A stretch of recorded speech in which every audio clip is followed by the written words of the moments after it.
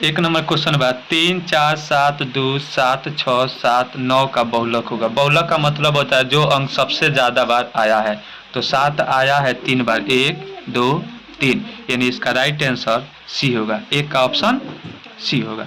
2 number प्रश्न है 3 5 2 5 7 5 8 का बहुलक होगा। तो इसमें 5 जो है 3 बार आया है, 1 बार 2 बार 3 बार 4 बार आया है, यानी 2 का ऑप्शन सी होगा, यानी ऑप्शन 5 होगा।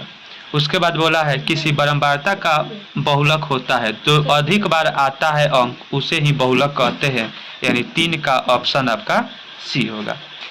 4 नंबर प्रश्न है 1 3 0 3 1 3 का बहुलक होगा। तो बहुलक का मतलब होता है जो सबसे ज्यादा बार अंक रिपीट होता है।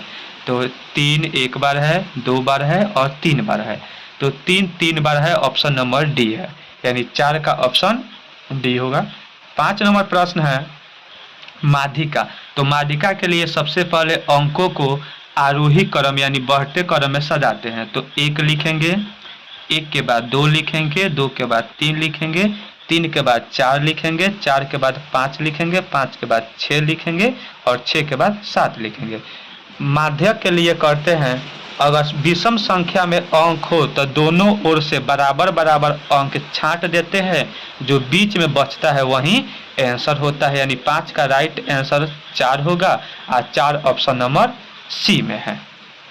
उसके बाद 6 नंबर प्रश्न है प्रथम 5 पूर्ण संख्या का माध्य होगा। तो पूर्ण संख्या 0 से शुरू होता है, 0 1 2 3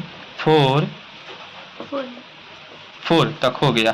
5 पूर्ण संख्या पूछा है तो 2 इधर से छाटेंगे और 2 इधर से छाटेंगे, बीच वाला 2 बचा, यही होगा माध्यक विषम संख्या के लिए, यानी ऑप्शन बी आपका सही है। 6 का ऑप्शन बी। उसके बाद 7 नंबर प्रश्न है संचयी बारंबारता का वक्र कहलाता है। तोरण है, थ्योरी है, याद कर लीजिएगा।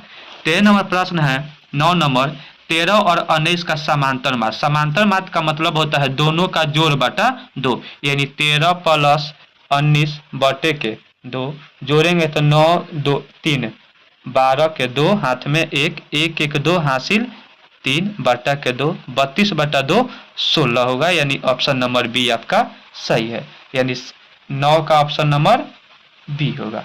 उसके बाद 10 नंबर प्रश्न है 1 4 x 5 12 का माध्य 7 है।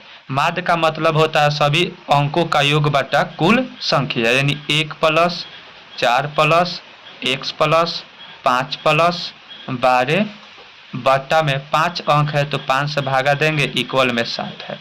5 भाग में है, राइट साइड में आएगा, गुना होगा, यानी 5 सत्ते 35 होगा। 1 4 5 5 5 10 और 10 और 12 जोड़ेंगे तो कितना होगा 22 होगा, यानी 22 प्लस के x बराबर के हो गया 35। x बराबर होगा 22 प्लस में है, राइट साइड में जाएगा माइनस में, यानी 35 माइनस 22, माइनस करेंगे तो होगा आपका 13, यानी इसका right answer option number C होगा।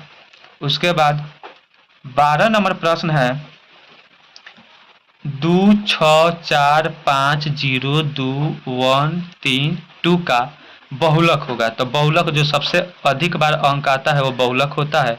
तो 2 देखिए 1 बार है, 2 बार है और 3 बार है, यानी 12 का ऑप्शन ए होगा।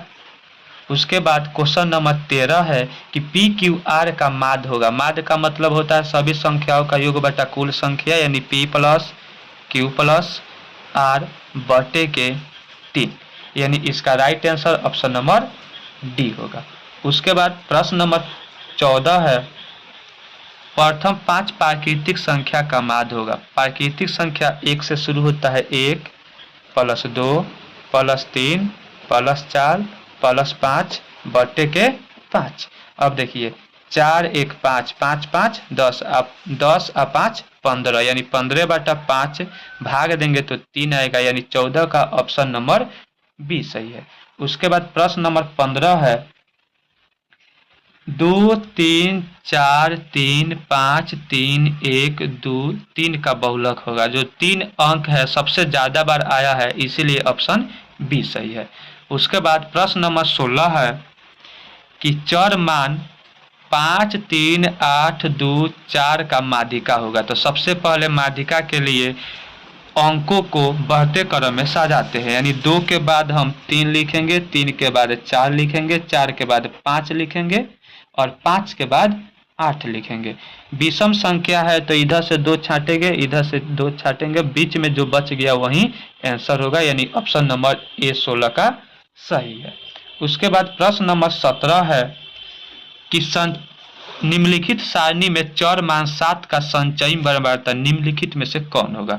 तो चर मान देखिए क्या है, 3 है, 5 है, 7 है, 11 है। बराबरता जो दिया है 2 दिया है, उसके बाद 3 दिया है, उसके बाद 5 दिया है, उसके बाद 9 दिया है। संचयी बराबरता के लिए करते हैं, जो बराबरता है उसको फर्स्ट में लिख देते हैं, इन 2 को 2 लिखेंगे। उसके बाद संचयी बराबरता का फर्स्ट नंबर और बराबरता का सेकेंड नंबर दोनों जोड़ेंगे तो 2 और 3 5 होगा, इसको यहाँ पर लिखेंगे।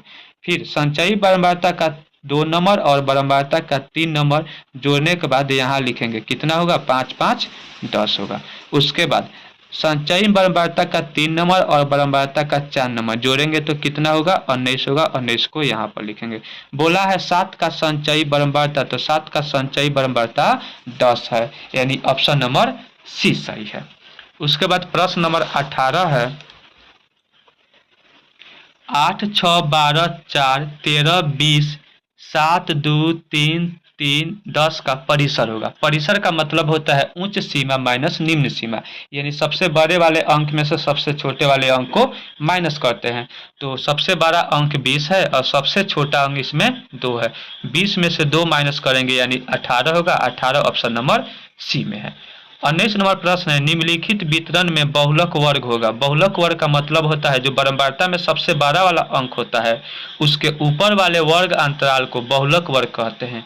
तो बराबरता में सबसे बड़ा अंक 45 है और 45 के ऊपर है 40 से 50, यानी बहुलक वर्ग का मान होगा 40 से 50।